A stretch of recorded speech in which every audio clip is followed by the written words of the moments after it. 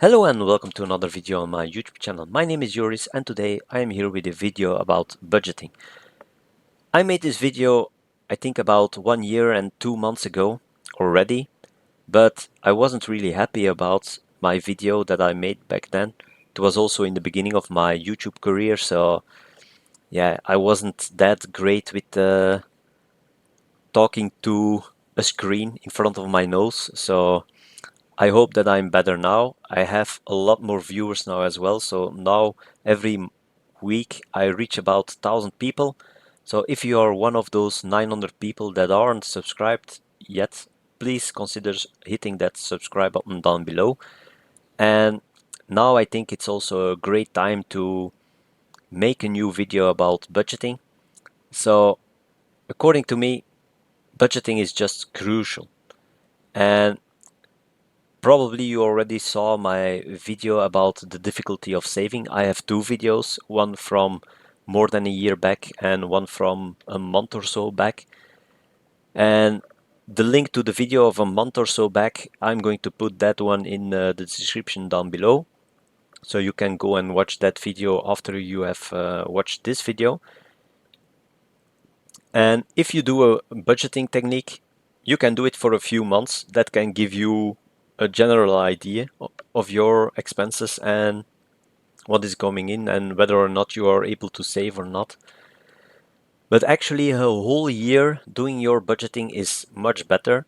And even after that, you can continue to do it. Me, myself, I do it constantly already from when I started living alone with my girlfriend back then, but now my wife, and that's already, man, I'm old.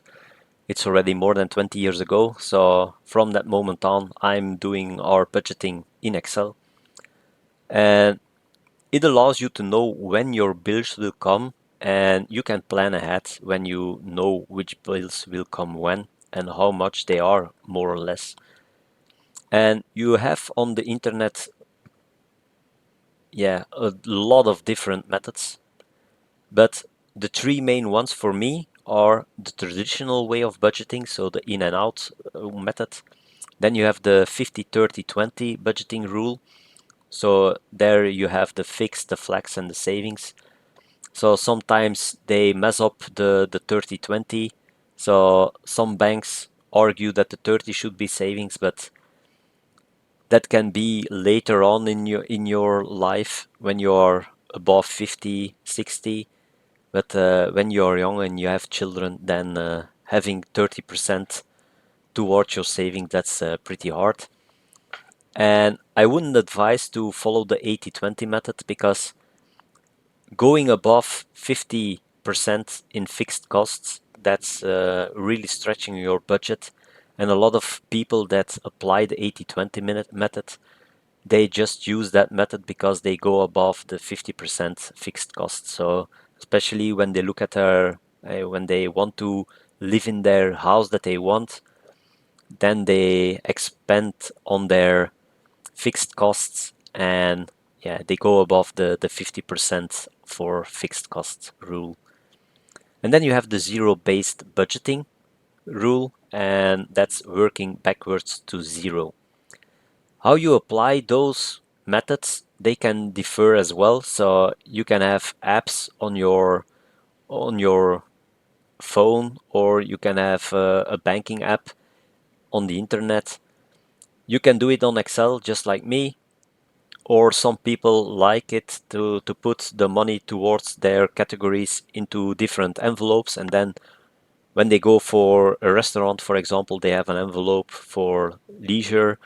So they take out the 100 francs that they put into the envelope of leisure, and then they go and spend the night on the in the cinema, and then go eat a piece of pizza. And yeah, what they have left, they put back into that envelope. For me, it doesn't work. I think it's a lot of work, but I think those people, they also will think that my Excel is a lot of work. And in my eyes, paying yourself first and having an emergency fund should always be included in a budgeting method. And most of the budgeting methods, so also in these three, it's not always clear how you can apply paying yourself first and having an emergency fund. So that's what I'm going to talk about in the next few slides. So you have traditional budgeting, and here you write everything down. So what goes in and what goes out. So your wage is coming in and all your expenses are going out. So including paying off your debt. So you shouldn't forget about that. If you have debt, you should get rid of it as soon as possible, especially bad debt. I will talk about that a bit more extensively later. And actually, what goes in can also be your income from stocks like dividends. And you know, I'm a dividend investor, so for me, dividends are coming in and I'm reinvesting those dividends. And all those expenses, you should allocate them to categories so that you have an overview of where and on what you are spending your money. So you can do this yourself in Excel, like I already said, or you can do this with an app on your phone or on a banking app. And I know it's a lot of work, especially when, for example, you go to the Coop and you have your ticket with all your items that you bought in the Coop.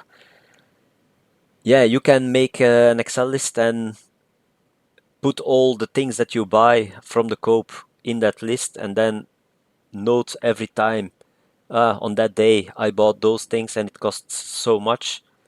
I don't do that. I just categorize them. So I think it's way easier just to put a bill of Coop as one number in a cell for food, and the next time when I have a bill of the Coop, I just add to that cell, I just add plus 110 Swiss francs, and that's it. That's my category of food. I'm not going to put every bill of the Coop separately on the line in my Excel. But that's up to you how you do it. And paying yourself first is not that easy in this technique. So you see at the end of the month what is left, and then you pay yourself that. So in fact, you are paying yourself last most of the time in this method. And when you start with this method, it can be that you are suddenly faced with a problem. So that you didn't account for a bill that was coming for a certain insurance, for example, a car insurance, that you forgot that it was going to be there. You had the 800 or the 600 Swiss francs on your bank account, but you saw a nice TV, you bought the TV, and then bam, you are screwed. So you really need, in the beginning, pay attention and try to make an emergency fund. And the good thing about traditional budgeting is that you get a very good overview, certainly after a whole year of doing it, because then you truly know in March that bill comes, in July that bill comes, we need to pay in September, at the end of September, we need to pay into our 3A pillar. So then you can start up building your emergency fund, and that can make that you avoid being faced with a problem. Then you have the 50-30-20 budgeting rule, and this means that 50% goes to fixed costs, 30% goes to flexible costs, and 20% goes to savings and investing. But if you have debts, a lot of sites say that it should be included in those 20%, but yeah, housing costs, most of the time your mortgage is into the 50%. So that can go here and can go in the 50% as well. So that's a bit where you want it to be. For me, all my debt is in my fixed cost because it's my mortgage that is my debt. And I think a mortgage, when you can afford it, is a good debt. But for example, when you have to buy a washing machine and it costs 800 up to 1,400 Swiss francs a washing machine of a normal mark. When you want to buy a Miele, it's 2,200, 2,500 Swiss francs for sure. If you want to buy those things, you should pay it in full and don't pay it with monthly payments because you are going to pay way more than the actual price of the machine. So you should be careful there, and that are bad debts, and those bad debts you should avoid for sure. And this method, it's an easy method, and yeah, it's just stick to the percentages in the beginning of the month. You immediately know 20% goes to savings investing, so you can already pay that, but it can be wrong, and then you can get in trouble. So once again, your emergency fund is really important. And if you have an emergency fund, then you can start and pay yourself first as soon as you receive your money. But once again, you can do it from the get-go because it's in the method. 20% goes to savings investing, so you immediately can start with it. But know that once again, just like in the previous method, when suddenly a bill comes that you aren't aware of on that moment, you know, okay, I need to pay my car insurance, but you don't know in which months it comes, and then suddenly it's there and it's a lot of money, and yeah, you just invested it towards Nestle, for example. Yeah, you can't immediately sell Nestle as well. You can do it, but yeah, you pay two times investment costs, so you're actually cutting in your own skin, and you should try to avoid that. And then you have zero-based budgeting. So you have your income, and then you just subtract your fixed, your flexible costs, and your savings, your investments, and your debts. And at the end of the month, you should have zero left over on your account. So for me, this method, it's not so flexible, especially when you aren't working with buffers. But the positive thing is every Swiss francs has a purpose. So in this regard, you already know, okay, my fixed costs are going to be that. Then my flexible costs, I have that left over because I want to save that and that much. So I have those amount of debts. So you know more or less where your money is going to go. And you can pay yourself first, but yeah, in order to do this method, you should already have been doing the traditional budgeting for a few months. And most YouTubers say 3 months. Also, a lot of bloggers say 3 months. But me, I say you should do it actually for more than 3 months. And yeah, I like a year for sure. And when you have an emergency fund, then you can already plan for future expenses as well. So it's really crucial to have an emergency fund. And this also increases your flexibility, so it actually decreases the negative point of this method. And that's where our method comes in. So we have a zero-based budgeting method based on traditional budgeting. As I said, I'm already doing traditional budgeting from when I was 23 years old. So since I was living together with my now wife, and life is always changing. So last year we had to buy a new car. Then I changed jobs and I needed new glasses.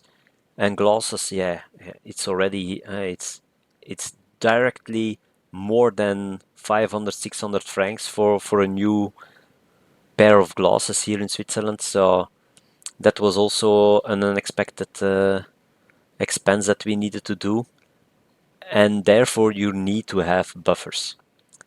And we have 8 categories. And for me, I took them really broad so that it's easy to maintain our traditional budgeting method.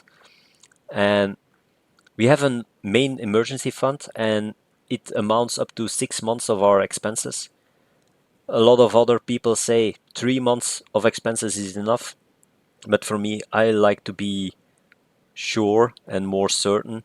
That's also why I like dividend investing, because I invest in firms that are really, yeah, that are really traditional, not like the new booming stuff, but the more established companies. So I'm more of a prudent investor, and I also have a small buffer in our checking account of more or less a half month of expenses that I always try to maintain. And we call our method the traditional buffered zero budgeting method. And these are our 8 categories. So we have investing, saving for our children and us. And then the 3A pillar we do as well, and that's our complete 13 months, but I will talk about that at the end of this video. And as you know, we invest 3 times 100 Swiss francs for our kids into CH DVD. We invest 900 Swiss francs every month for our ETFs portfolio. We also have 200 Swiss francs that I invest towards our U portfolio, and we already have 227 extra Swiss francs per month in dividends that I can invest on our ETF portfolio. And right now it's around 60 Swiss francs on the U portfolio. That's already 5 Swiss francs actually that I can invest extra this year in our U portfolio. Then we have the next category, and that's the housing category, with the housing costs and the debt that we need to pay for the mortgage. And then you have electricity, you have water, you have internet bills. You also have the taxes on the house and the insurances for the house. Then you have the Krankenkasse, so the health insurance, and the insurances that are family related. Then you have the transport category with also the insurances for the car and stuff. Then you have the food category. Then you have the other living expenses category. So yeah, the clothes that you need to buy, your hobbies that you want to have, the school and the daycare. But yeah, for us the daycare is luckily gone. And then you have the other costs, like, yeah, here you have how do you call it? Uh, you have the tax on viewing and listening to the radio, so viewing television and listening to the radio, so that's the Serafe. Then you have leisure, you have your trips and eating out. Once a year we go to the McDonald's, so we don't do that much, but then it's an adventure going to eat a Big Mac. And then of course the final one, it's the taxes.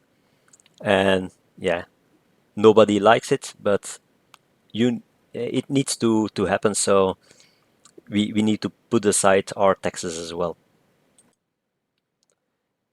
And in our traditional buffered zero budgeting method, we try to have every month just after receiving our wages and every month just before receiving our wages, we do the next things. So just after receiving our wages, we pay ourselves first and also our children first. So we put aside the money that we put into CHDVD, and we also put the money aside that we invest towards our ETF portfolio and the U portfolio. And we also top up our emergency fund when it's needed. So yeah, that's what we always do. And we pay then our fixed costs and our debts as second. And I always make sure that all those bills are paid around the 28th of the month. And I like the 28th because that's every month the same. Also in February, the 28th, it's the final day of the month. So I try to always do it on the 28th. And then we pay our flexible costs last. And during the month that we are dealing with the rest of our wage, we try to minimize our flexible cost as much as possible so that we can save more and that we have enough buffer and maybe even increase our savings because we still need to rebuild our house a bit because we have 3 children and we only have 2 rooms for our children. So when they are grown up, that they have each separate room. So that's where we are putting our flexible costs at. So we are already calculating in a future expense already. And then just before receiving our wages, if we have money left over above our small buffer, so don't forget we always have on our checking account a buffer of 0.5 months of expenses, we transfer that to our savings account. And if necessary, we top up our small buffer from our savings account. And the buffer that is then the emergency buffer, that's our savings account.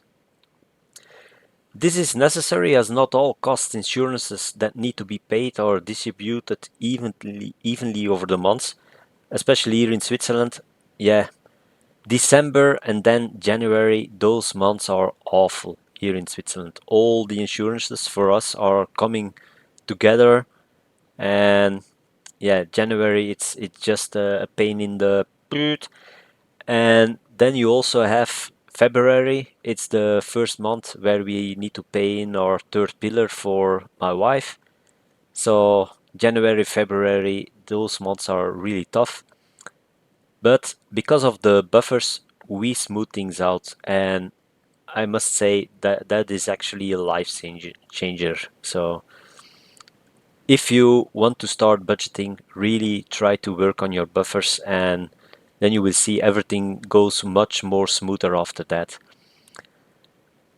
And then the 13th month, I already said it, that is for our third pillar, and we put it always towards our savings account. And then in the month when we need to pay in, so for my wife in February and for me it's in May, I think, in May. Then we transfer the amount that we need to pay in to our third pillar to our checking account so that the transfer is automatically, and the planning for that is crucial. And at the end of the year, we all always need to keep it in the back of our heads that we keep the money of our 3A in our savings account on top of the emergency fund, because we like to pay off extra debt at the end of the year if it is possible, and we put 80% of the money that we can spare towards that, paying off debt. We put in 10% more for our children into CHDVD, and we also pay 10% to ourselves, and that's in a small savings account for my wife and I, where we can then spend some money to buy whatever we want ourselves. So the most difficult part of our method is actually building up the buffers, and I think that's the most difficult part of all the methods. And if you have that, then you should really pay the debt off as soon as possible. Bad debt, so credit card debt, debt for paying electrical appliances, just try to avoid it going into it. And if you have it, put as much money as you can spare towards it so that you get rid of it as fast as possible. In that regard, I'm a big fan of Dave Ramsey. If you don't know him, look him up. You will get thousands and thousands of videos of him, and even shorts. So he's always saying the same thing. He's really consistent. So if you have watched 5-10 videos of him, you already know where he stands for. But I think his baby steps program, his first steps are really important. So check him out as well. And with that being said, thank you for watching to this one. And if you're not subscribed yet, please hit that subscribe button, hit that like button as well if you want to support the channel, because that helps out with the YouTube algorithm for sure. And with that being said, thank you for watching to this one, and see you on the next one on my YouTube channel. Bye!